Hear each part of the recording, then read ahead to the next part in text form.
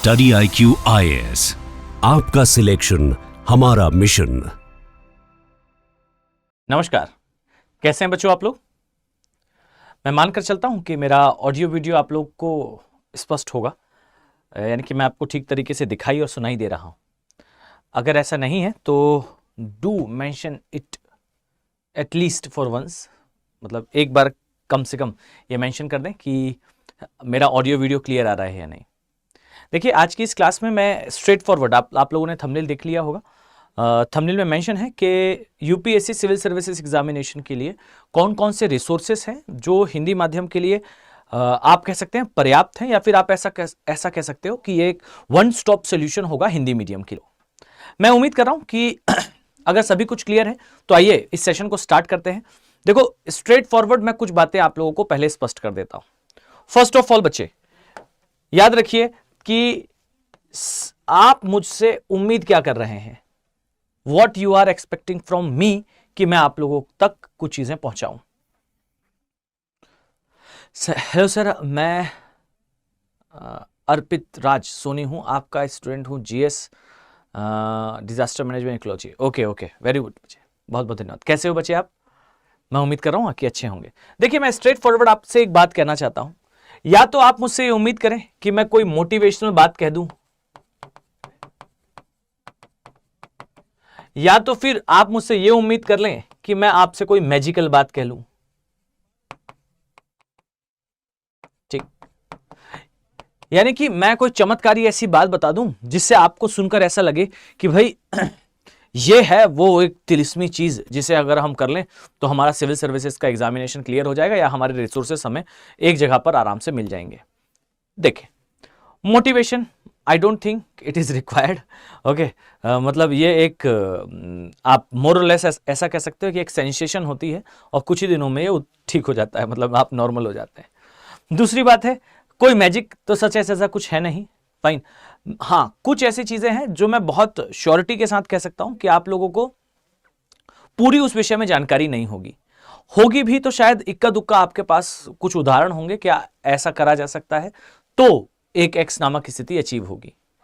लेकिन अगर आप इस लेक्चर को आने वाले 20 मिनट ध्यान से सुनो, आने वाले 20 मिनट ध्यान से सुनो, तो बच्चे मैं बहुत श्योरिटी से कह सकता हूं कि हो सकता है उन कुछ, मान लेते हैं कि इस लेक्चर को 1000 बच्चों ने देखा, तो उन 1000 में से शायद एक बच्चा होगा, लेकिन उस एक बच्चे की पूरी जर्नी, उसकी पूरी डायरेक्शन बदल जाएगी। तो मैं यहां से ये मानकर चलता हूं कि मैं ये जो कुछ बताने वाला हूं या डिस्कशन करने वाला हूं, ये उस एक बच्चे के लिए है जो शायद ध्यानपूर्वक मेरी बात सुनकर आत्मसात करके अपनी आगे की यात्रा को सही डायरेक्शन में बढ़ाएगा। ठीक, मैं आपको एकदम स्पष्ट कर रहा हूं कि जो भी मैं बताने वाला हूं वो इतने % सत्य है। ठीक, मतलब ये 100% सत्य है, रीजनेबल है और ये करा जा सकता है। बस इसे करने के लिए एक ही चीज चाहिए है, और वो है आपकी निष्ठा, आपका डिटर्मिनेशन, आपका डिवोशन। ठीक, तो it is required from your self, fine, कि आप इसे कितने अच्छे से परस्यू करते हैं। ठीक है, तो आराम से मेरी बात सुनिएगा, मैं आगे आपको बताना शुरू करता हूं। देखिए, सबसे पहले जान लो कि अगर आप हिंदी माध्यम से हो तो हिंदी माध्यम का कितना रिप्रेजेंटेशन है यूपीएससी में। टू बी फ्रैंक टू से, अगर डॉक्टर आपसे ये नहीं कहेगा कि बच्चे आपकी तबीयत खराब है तो वो इलाज नहीं कर पाएगा। मैं आपको स्पष्ट बताता हूं, यूपीएससी में हमारा रिप्रेजेंटेशन 5% या इससे कम है, 5% या इससे भी कम। अगर कोई बच्चा किसी एग्जाम में पहले 100 में से 70 नंबर, 80 नंबर लाकर या 50 नंबर लाकर पास होता है, तो बच्चे आप सोचिए कि वो बच्चा अचानक से अगर 10 नंबर, 5 नंबर, 2 नंबर लाकर फेल होने लगे, तो आप ये जरूर कहेंगे कि भाई कुछ ना कुछ ऐसा जरूर हुआ है उस बच्चे के साथ जिसके कारण ड्रास्टिकली उसका रिजल्ट गिरा है। एग्जैक्टली ऐसा हमारे माध्यम के साथ है। 2011 के पहले हमारे माध्यम का रिजल्ट 50% के आसपास होता था यूपीएससी में, आज के समय ये लेस देन 5% है। अब इसका एक मौलिक कारण है, और वो मौलिक कारण है यूपीएससी का साइंटिफिक हो जाना। अब हमारा माध्यम क्या है, 2011 से पहले साहित्य पर या आर्ट्स पर ज्यादा फोकस करने वाला रहा था। हमने आगे आकर अचानक से जैसे ही 2011 में परिवर्तन आया, हमने सीसेट पर तो फोकस करा कि भाई ठीक है, मान लेते हैं हिंदी माध्यम के लिए एक समस्या है, लेकिन यह भी तो समझिए कि जीएस वाले सेक्शन में भी हमने कोई क्रांति नहीं ला दी है। जीएस वाला सेक्शन 1/3 पेपर एकदम हार्ड कोर साइंटिफिक है, और 1/3 भी क्यों, हम इसे मान सकते हैं लगभग 40% paper. Geography, environment, science and tech, इसका वेटेज यूपीएससी ने ड्रास्टिकली इंक्रीज किया, और हमने इन विषयों से दूरी बना रखी है। और इसका कारण आपको पता है कि, या आप कह सकते हो कि इसका प्राइमा फेशी आपको दिखता है कि भाई हमारा माध्यम इन विषयों को कभी ऑप्शनल भी नहीं चुनता। तो आप इसको समझ लो कि अगर आप चाहते हैं कि आपके माध्यम का रिजल्ट सुधरे, तो पहली बात तो ये कि साइंटिफिकली पढ़ना शुरू करो। दूसरी बात, देखो बच्चे, ये जो 5% है ना, इसका एक बड़ा कारण हमारा सोशियो इकोनॉमिक बैकग्राउंड भी है। सेल्फ स्टडी बेस्ट स्टडी होती है, लेकिन मैं स्पष्ट कर दूं, हमारे माध्यम को एक मेडिसिन की जरूरत है। अगर 100 बच्चे किसी अन्य माध्यम में तैयारी कर रहे हैं, तो 100 में से लगभग 50% वहां बच्चे किसी ना किसी संस्था से पढ़ाई कर रहे होते हैं। हमारे माध्यम में यह आंकड़ा लेस देन 10% है। आप ये समझ लें कि संस्थागत रूप से पढ़ाई करना हमारे माध्यम के लिए बेहद जरूरी है, और उसका एक बड़ा कारण यही है। इस पर मतलब मैं आपको एकदम क्लियर कट कहता हूं, मैं कोई मोटिवेशनल बात नहीं कहना चाहता कि देखो बच्चे खुद से तैयारी करना, खुद से तैयारी कर भी सफल हुआ जा सकता है। तो बच्चे खुद से तैयारी कर बिल्कुल सफल हुआ जाता है, और खुद से ही तैयारी करके होते हैं, लेकिन तैयारी करनी कैसी है हमें यह भी नहीं पता होता। हम यूपीएससी की तैयारी को क्या मान चुके हैं? हमने यूपीएससी की तैयारी को माना है कि भाई यूट्यूब से किसी टीचर की एक पूरी लेक्चर की सीरीज को कवर कर लेना, बहुत हो गया तो कहीं से टेलीग्राम वगैरह से कुछ पीडीएफ को डाउनलोड कर लिया, कुछ टेस्ट को डाउनलोड कर लिया और उन टेस्ट को लगा लेना। और अगर बहुत कुछ पढ़ लिया तो कहीं पायरेसी वगैरह कर कहीं से कुछ लेक्चर्स निकाल लिए किसी टीचर के, जहां से हमने थोड़ा बहुत ऑप्शनल पढ़ लिया। ऐसे तो मैं आपको लिख कर दे सकता हूं कि एग्जाम नहीं निकलेगा। हां, एक अच्छा टाइम पास कर सकते हो आप ये कह सकते हो क्वालिटेटिव टाइम पास है ये। भाई लोग सिनेमा देखने जाते हैं टाइम पास करने के लिए, तो आपने जो है वो कहीं कहीं से कुछ चीजें पढ़ने की निकाली और उससे आपने एक अच्छा समय बिताया उसके साथ।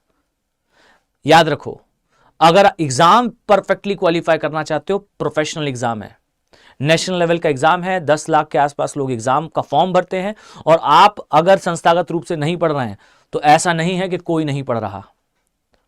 याद रखें कि अगर हमारे माध्यम में 100 बच्चे तैयारी करते हैं तो 100 में से लेस देन 10% ऐसे विद्यार्थी हैं जो संस्थागत रूप से तैयारी करते हैं। और इसका एक बड़ा कारण मैं स्पष्ट कर देता हूं, इसका एक बड़ा कारण होता है हमारा सोशियो इकोनॉमिक बैकग्राउंड। ये सत्य है, मतलब हमारी आर्थिक स्थिति बहुत मजबूत नहीं होती, इस कारण भी कई बार हम उन चीजों को अफोर्ड नहीं कर पाते। लेकिन मैं आपको एकदम श्योरिटी से एक बात बताता हूं, ये जो 10% विद्यार्थी तैयारी कर रहे हैं, 90% जो नहीं कर रहे हैं, वो अपनी आर्थिक स्थिति के कारण नहीं ऐसा कर रहे, वो करते हैं एक हिडन जिद के कारण। मैं आपको यह भी बता देता हूं, एक हिडन जिद होती है हमारे माध्यम में, और वो हिडन जिद क्या है? वो हिडन जिद होती है हमारा सोशल कंडीशनिंग। हमें क्या है, बचपन से सिखा दिया जाता है, खासकर आप देखेगा इस चीज को, आप में से ज्यादातर लोगों ने अनुभव किया होगा, और अगर किया है तो आप जरूर कमेंट सेक्शन में बताइएगा बच्चों कि मैं सत्य कह रहा हूं या नहीं। यथार्थ बात यह है कि 10वीं कक्षा जब जो स्टूडेंट पास करता है, 11th क्लास में एडमिशन लेने वाला होता है, चलिए मान लेते हैं 11th क्लास में एडमिशन ले लिया उसने, और उसने कहीं अगर ठीक ठाक अंकों से, गणित मान लीजिए उसने लिया है अपना सब्जेक्ट, तो फिजिक्स केमिस्ट्री मैथ्स उसने ऑप्ट किया, और 11वीं कक्षा में उसने ठीक ठाक अंकों से अपना एग्जाम क्लियर कर लिया और बढ़िया नंबर आए, तो उनके माता पिता ना पूरे मोहल्ले में ये कहते हुए भी जाएंगे कि पता है हमारे बच्चे ने बिना कोचिंग करे इतने अंक प्राप्त किए। अब क्या है, उस बच्चे के दिमाग में एक बात फिट होती रहती है कि किसी कार्य को बिना कोचिंग के या बिना सहायता के कर लेना ज्यादा शूरवीरता का काम है, और फिर यही उसके दिमाग में सेटल्ड होता है। और जब वो 11th पास करेगा, 12th पास करेगा, ग्रेजुएशन पास करेगा, और आता है फिर इंस्टीट्यूशनली, या फिर आता है फिर एक नेशनल लेवल के एग्जाम में, कॉम्पिटिटिव एग्जाम में, तो उसे यही टेम्परामेंट उसके दिमाग में हावी होता है कि भाई अगर मैं बिना कोचिंग के इस कार्य को कर दिखाऊं तो ये ज्यादा शूरवीरता का काम होगा। यह बात जान लो, स्कूल या कॉलेज लेवल के एग्जामिनेशंस में पासिंग मार्क्स लाने होते हैं, और एक सर्टेन मार्क्स लाने पर आपको एक सर्टेन डिग्री भी मिलती है। यूपीएससी ऐसा नहीं है। इस जिद को समझें, इस जिद को छोड़ें कि मुझे संस्थागत रूप से तैयारी नहीं करनी, वो भी इस कारण से कि मैं इस कार्य को खुद करना चाहता हूं। अब क्या होता है ना, ये एक ईगो की बात है। स्टूडेंट कभी इसको जो है वो खुद से मानने तैयार नहीं होगा कि ये ईगो है वो जो उसे संस्थागत रूप से तैयारी करने से रोकता है। वो हमेशा एक मुखौटा, एक आप कह लीजिए एक ऐसा बाहरी आवरण क्रिएट कर कर रखेगा कि नहीं भाई, मेरी आर्थिक क्षमता जो है वो मुझे अलाउ नहीं कर रही कि किसी मैं कोर्स से जुड़कर इस तैयारी को करूं। भाई स्टडी IQ के कोर्सेस हैं और इस पूरे YouTube पर आपको n नंबर ऑफ संस्थान मिल जाएंगे जहां से आप UPSC की तैयारी बेहद अफोर्डेबल तरीके से कर सकते हो। एक स्टडी IQ भी है।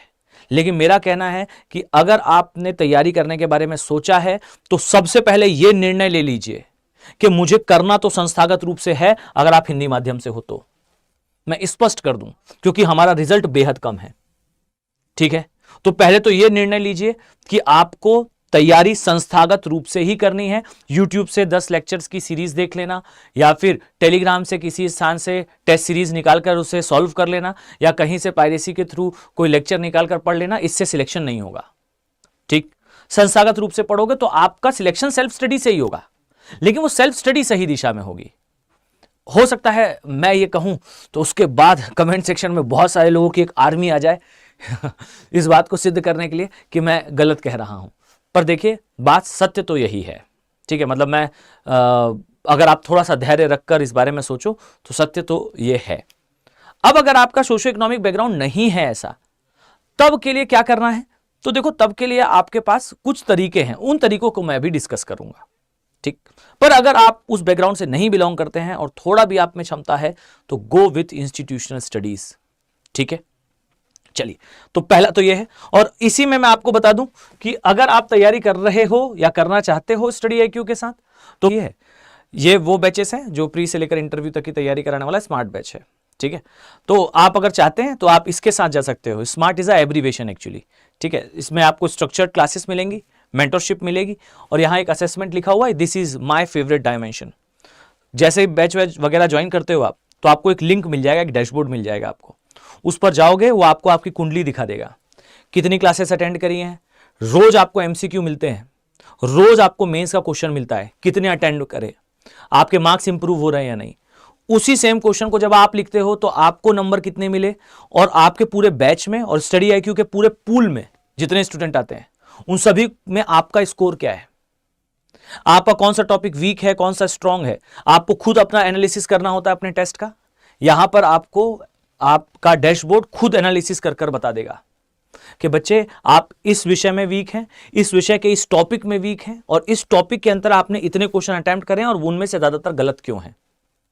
तो ये आपको इसमें स्मार्ट बचेस में ये सबसे इंपॉर्टेंट डायमेंशन है, विच इज असेसमेंट का। रिवीजन, टेस्ट सीरीज, ये सब कुछ इसमें मिलेगा। टेस्ट सीरीज में प्री की टेस्ट सीरीज है, मेंस की टेस्ट सीरीज है, डेली टेस्ट है, वीकली टेस्ट है, मंथली टेस्ट है। रोज क्लासेस चलेंगी अलॉन्ग विद करंट अफेयर की सेपरेट क्लास।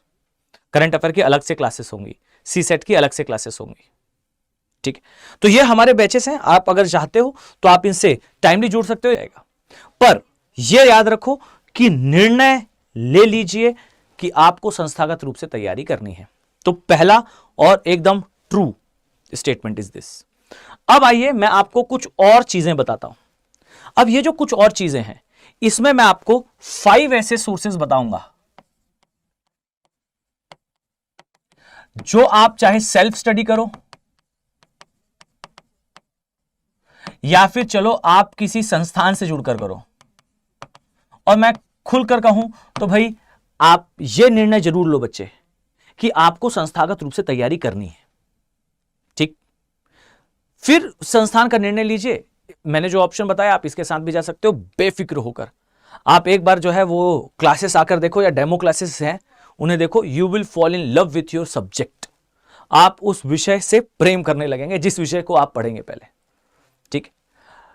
किसी बच्चे ने कहा सर फीस वगैरह बता दीजिए, तो बच्चे आप ये देखिए, यहां पर जो आपको दिखाई दे रहा है डिस्क्रिप्शन बॉक्स में लिंक दिया हुआ है, आप मुझे मेरे टेलीग्राम चैनल पर मैसेज कर दीजिए, मैं आपको डायरेक्टली सारी जानकारी दे दूंगा। बाकी जब आप इस कोड का यूज करोगे तो आपको ये 50% का डिस्काउंट मिलेगा जो आपने अभी पूछा है बच्चे, ठीक है। चलिए अब आओ जरा इधर पे, यहां 5 सोर्सेस के बारे में मैं आपसे कुछ चीजें चर्चा करता हूं। यह जान लो कि सबसे पहले आता है प्री, और जिसका प्री क्वालिफाई होगा वही मेंस देने जाएगा।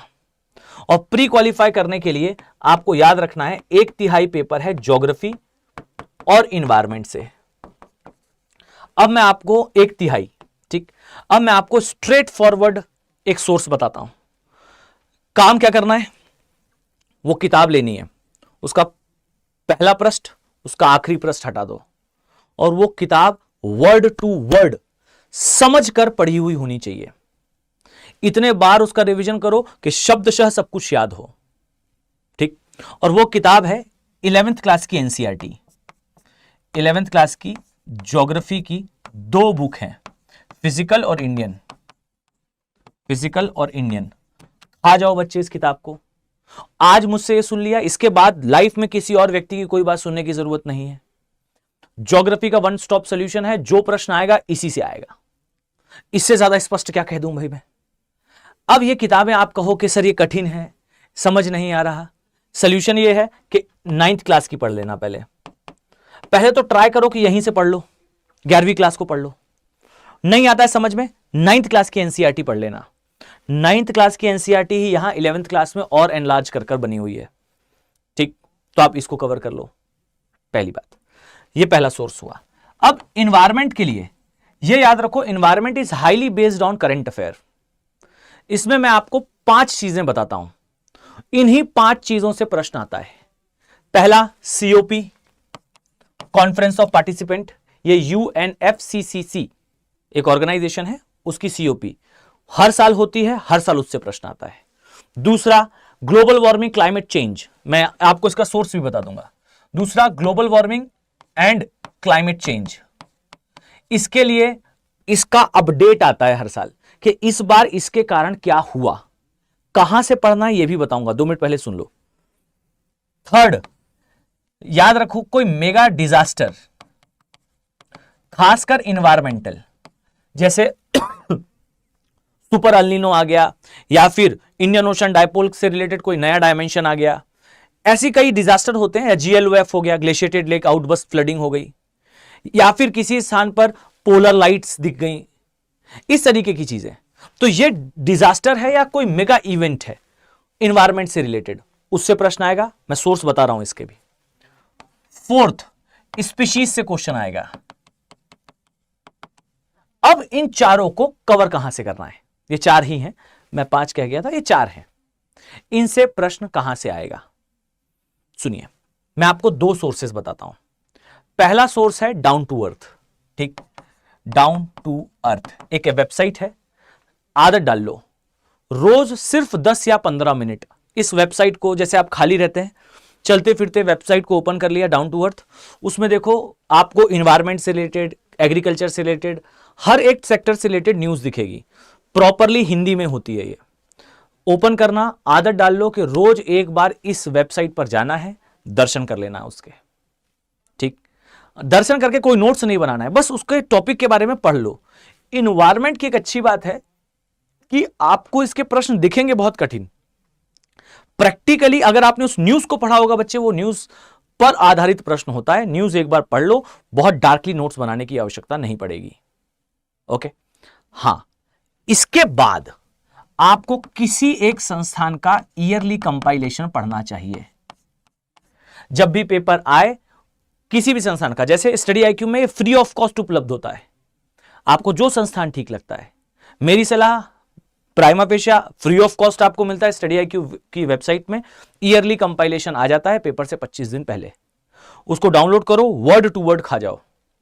और इसमें ऐसा नहीं है कि आप किसी एक संस्थान का पढ़ लोगे तो भाई उसी संस्थान का बेस्ट है, सभी संस्थान का ब्रॉडर सेंस में 80% एक जैसा ही होता है, क्योंकि इवेंट ही एक जैसे हैं, ठीक।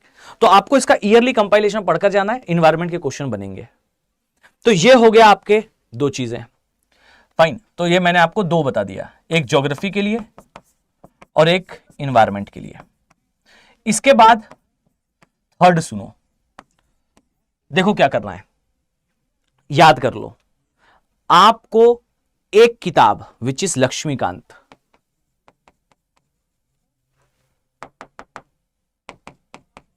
लक्ष्मीकांत कॉपी पर लिख लो, इस किताब का पहला पन्ना हटाओ, आखिरी पन्ना हटाओ, पूरी किताब खा जाइए। कोई कुछ भी कहे, मैं आपको रियलिटी बताता हूं, पॉलिटी के question big 4 subject, history, geography, polity, economics और साइंस एंड टेक, इन पांचों विषयों में से सबसे सरल प्रश्न किसके आते हैं?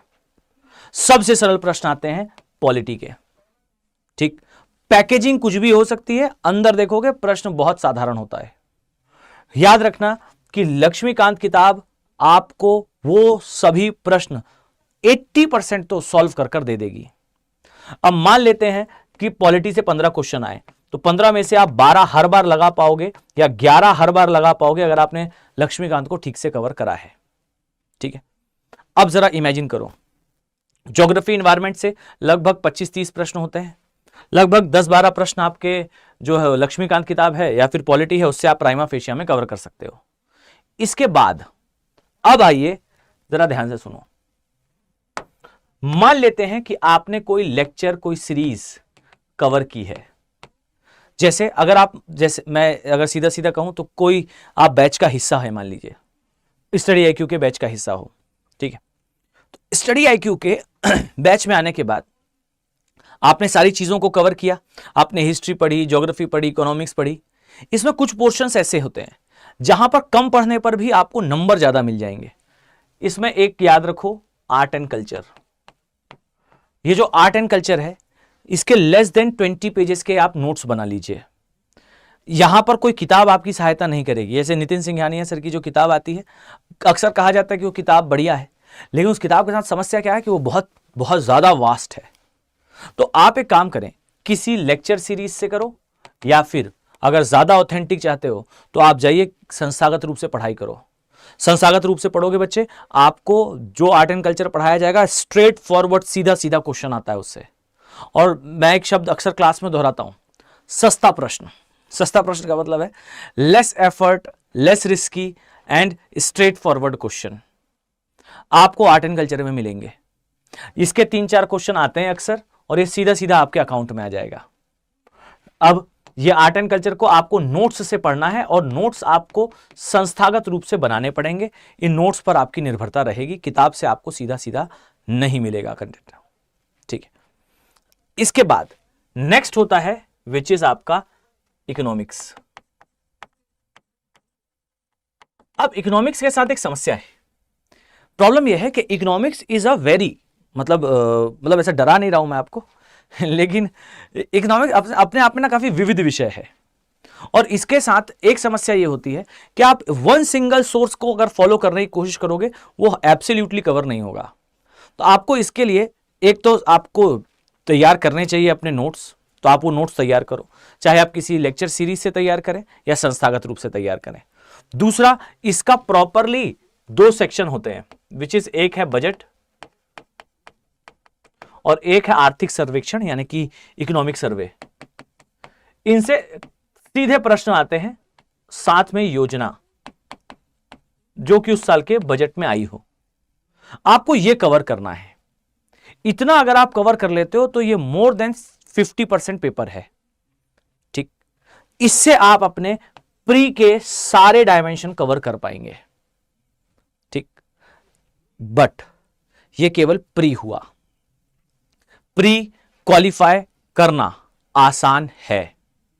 मैं एकदम स्पष्ट कहूं तो बुद्धिमान बच्चे का प्री नहीं निकलता, स्मार्ट बच्चे का निकलता है। और स्मार्ट क्यों है? मतलब स्मार्ट कौन होता है? तो स्मार्ट वो है जो स्मार्ट तरीके से चले। अब स्मार्ट तरीका क्या है भाई? आप पिन पॉइंट देख लो कि भाई पेपर आता किससे है। 1/3 पेपर ज्योग्राफी एनवायरमेंट है, उसको स्ट्रॉन्ग करो। उसके बाद सरल हिस्सा है 15 क्वेश्चन का आपका पॉलिटी, कवर करो। इसके बाद छोटा सा सेक्शन है आर्ट एंड कल्चर, उसके नोट्स बनाओ, कवर करो।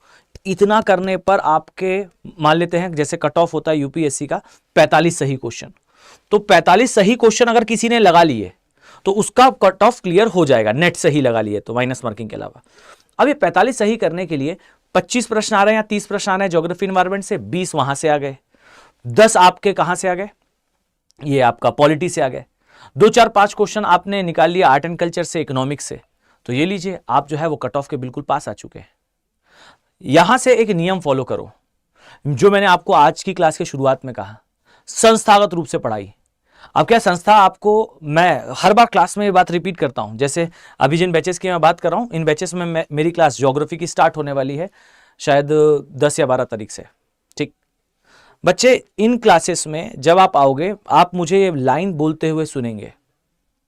वो लाइन है कि संस्थान आपसे जो फीस लेता है उसके बदले क्या देता है। भाई कॉलेज में आप जाते हैं, कॉलेज एग्जाम देते हो, तो कॉलेज आपको उसके बदले डिग्री देता है, स्कूल आपको उसके बदले मार्कशीट देता है। संस्थान क्या देता है? संस्थान एक बात की गारंटी देता है, और वो गारंटी पता है क्या है? क्लास में अगर आप पूरी ईमानदारी से बैठो, उसके नोट्स बनाओ, उसे लिखो और सिर्फ एक बार रिवाइज कर लो, सिर्फ एक बार। मैं आपको शॉर्टी से बताता हूं कि कम से कम 35 क्वेश्चन स्ट्रेट फॉरवर्ड आपके नोट्स से लिखे हुए आएंगे। अब आप कहोगे आपको कैसे पता सर 35 आएंगे? मैं आपको बताता हूं। हर विषय में यूपीएससी 1/3 प्रश्न सरल पूछता है। मान लो उसने इकोनॉमिक्स पूछा, साइंस एंड टेक पूछा, या फिर ज्योग्राफी पूछा, एनवायरनमेंट पूछा, कोई भी क्वेश्चन, कोई भी टॉपिक उठा लो। ये बीते 25 साल का यूपीएससी का ट्रेंड है कि जितने प्रश्न उसने किसी टॉपिक से पूछे हैं उसके 1/3 प्रश्न बेहद सरल होते हैं। संस्थान में आने पर अगर आप बहुत मेहनत नहीं भी करते हो, क्लास केवल पूरी देखते हो, तो कई बार ऐसा होता है कि क्लास में हम जो डायमेंशन बार बार यूपीएससी पूछता है उसे कई बार रिपीट करते हैं। तो रिपीट करने पर आपको बाय डिफॉल्ट वो याद हो जाएगा। तो मिनिमम एक संस्थान आपको कुछ दे ना दे, ये तो दे ही देता है। तो ये 35 क्वेश्चन आपके अकाउंट में है, और इसके अलावा आप जो ज्योग्राफी, एनवायरनमेंट, ये आपका आर्ट एंड कल्चर और जो सोर्स मैंने आपको बताया, अगर आप इनको और फॉलो कर लेते हो तो ये आसानी से आपको एक झटके में प्री क्वालिफाई करा देगा। बस मेरी एक विनती है कि ये सब कुछ टाइमली करना शुरू कर दें। तो मैं एक बार कॉन्क्रीट कर देता हूं आपको कि आपको क्या क्या करना चाहिए। सबसे पहले ज्योग्राफी एनवायरनमेंट 1/3 पेपर है, इसको कवर करो। आपको 11th क्लास के एनसीईआरटी के साथ जाना है, दोनों बुक्स को कवर करना है। दूसरा, एनवायरनमेंट के लिए मैंने आपको कुछ टॉपिक्स बताया, उसका सोर्स बताया, उसको फॉलो करो।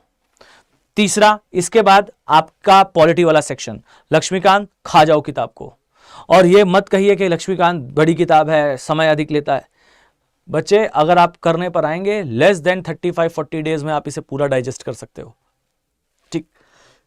आर्ट एंड कल्चर पर फोकस करो, बजट इकोनॉमिक सर्वे पर फोकस करो, इकोनॉमिक्स के नोट्स पर फोकस करो। इतना करने पर आपका प्री निकलेगा।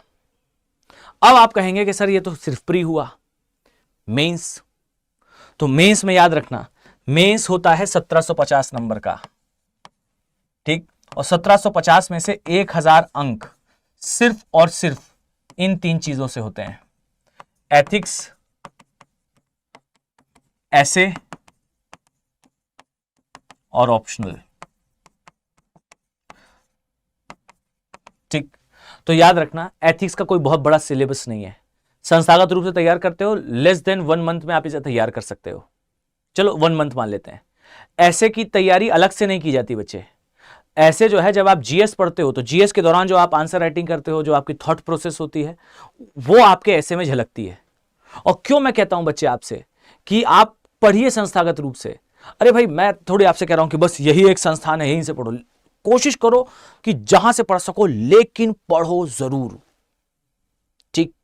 ये देखो, ये जो ऐसे वाला सेक्शन है ना बच्चे, ये ऐसे में उस बच्चे के गहराई होती है, या वो थॉट्स लिख पाता है जिसने उन थॉट्स को कहीं से सुना, समझा, पढ़ा हो।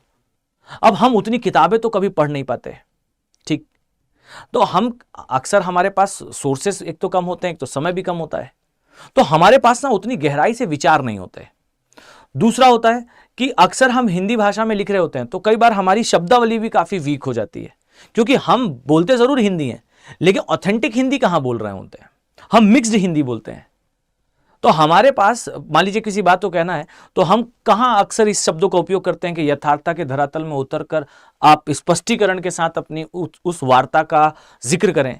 अब इस प्रकार की भाषा तो हम उपयोग नहीं करते, तो हमारी शब्दावली भी काफी वीक होती है। अब इस सब का समाधान होता है कि आप एक्चुअली में इस सब्जेक्ट के या इस फील्ड के एक्सपर्ट की बातें सुनो, तो आपकी सराउंडिंग वैसी बनेगी।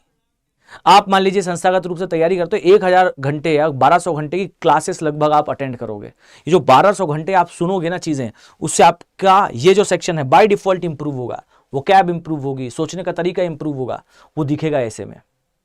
और याद रखना, 1750 में से 1000 अंक यही है जो सिलेक्शन दिलाएंगे। ठीक, तो एथिक्स 1 मंथ का खेल है, ऐसे आप क्लास अटेंड करोगे, आपकी गंभीरता से सॉल्व होगा।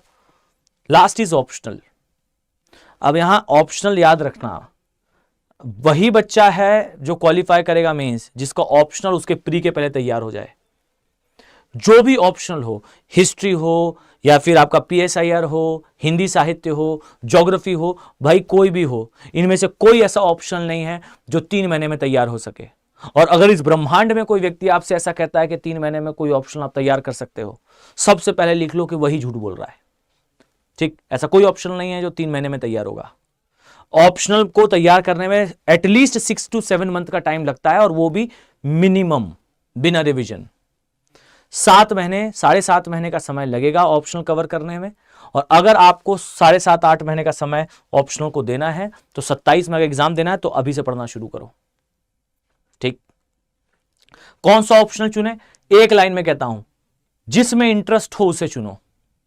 और अगर आपको स्पष्ट उत्तर चाहिए है तो याद रखना, भेड़ चाल मत चलना। जो सभी चुन रहे हैं वही चुनोगे तो वही होगा जो सबके साथ हो रहा है। सबके साथ क्या हो रहा है हमारे माध्यम में, आपको पता है, अधिकांश बच्चे बाहर हो रहे हैं। ठीक, तो अगर आप चाहते हो कि आपका जो है ऑप्शनल एक्चुअली में आपकी हेल्प करे, तो आप चुनिए ऐसा ऑप्शनल जिसका प्री में वेटेज हो। जैसे अक्सर ज्योग्राफी को कहा जाता है भाई 1/3 पेपर ज्योग्राफी एनवायरनमेंट से आता है। अगर आपको ज्योग्राफी एनवायरनमेंट समझ में आता है, आप उसको ऑप्शनल चुन लीजिए। ठीक, जैसे मैं अगर आपको बताऊं, तो आप मुझसे पूछोगे तो मैं तो स्पष्ट रूप से खुले दिल से यह कहूंगा कि आपको ज्योग्राफी ऑप्शनल चुनना चाहिए। हमारा माध्यम क्यों पीछे है यूपीएससी में? क्योंकि हम इन्हीं विषयों में कमजोर हैं। इन विषयों को स्ट्रॉन्ग करोगे, आगे जाकर हमारे पूरे माध्यम का रिजल्ट सुधरेगा। ठीक, अगर आप चाहते हो कि हमारे पूरे माध्यम का रिजल्ट सुधरे तो take geography as an optional subject. ठीक, आप देखना, आप जैसे चुनने पर आओगे, सर्च करोगे इसके बारे में, पूरी सराउंडिंग ये कहेगी कि हिंदी माध्यम का ज्योग्राफी ऑप्शनल से सिलेक्शन नहीं होता। तो वहीं उनसे पूछना कि फिर होता कितना है सिलेक्शन हमारा? 5%। फाइन, तो ये 5% क्यों है? क्योंकि हम प्री के फिल्टर से ही बाहर हो जाते हैं। अब प्री के फिल्टर से बाहर ना हो, इसके लिए जरूरी है कि इस विषय में स्ट्रांग हो। तो पहले तो वहां तक पहुंचे हम जिससे हम प्री क्वालिफाई कर सकें, जिससे हम मेंस क्वालिफाई कर सकें। तो हम अक्सर हमारे माध्यम में, आप देखना 11th क्लास में आप कभी देखिएगा कोई बच्चे बैठे हों तो 100 बच्चे 10वीं पास करते हैं तो 50 बच्चे फिजिक्स केमिस्ट्री मैथ्स चुनते हैं। लेकिन पता नहीं इन बच्चों को क्या हो जाता है ऐसा कि जैसे वो यूपीएससी में आते हैं सभी एकदम हार्डकोर आर्ट्स और साहित्य के विषयों में पागल हो जाते हैं। अरे भाई, आपको साहित्य में इंटरेस्ट है, बिल्कुल चुनिए उसे ऑप्शनल। आपको हार्डकोर आर्ट्स के विषयों में इंटरेस्ट है, बिल्कुल चुनिए। लेकिन अगर आप समझकर पढ़ने वाले बच्चे हैं तो फिर अपने स्ट्रीम के सब्जेक्ट को चुनिए। Geography is a living sciences, do opt that optional. Fine, आप अगर ऑप्शनल चुनते हो तो पहले तो भाई आप अपने इंटरेस्ट से ऑप्शन सिलेक्ट करो। दूसरा है, अगर ज्योग्राफी समझ में आती है तो ज्योग्राफी को एज एन ऑप्शनल सब्जेक्ट चुनो। ठीक है, अब अगर आपको ऐसा लगता है कि मैं कुछ क्वेश्चन का आपका आंसर नहीं कर पाया हूं तो आप बिल्कुल चिंता ना करें।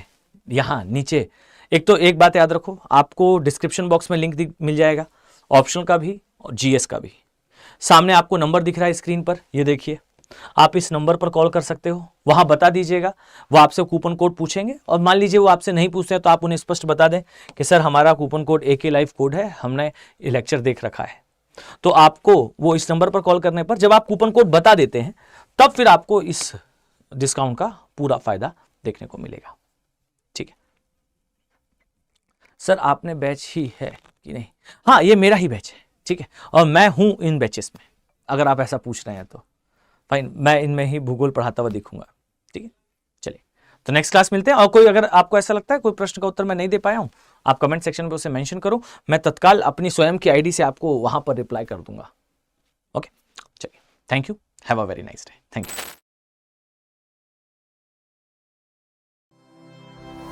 स्टडी IQ IAS, आपका सिलेक्शन हमारा मिशन।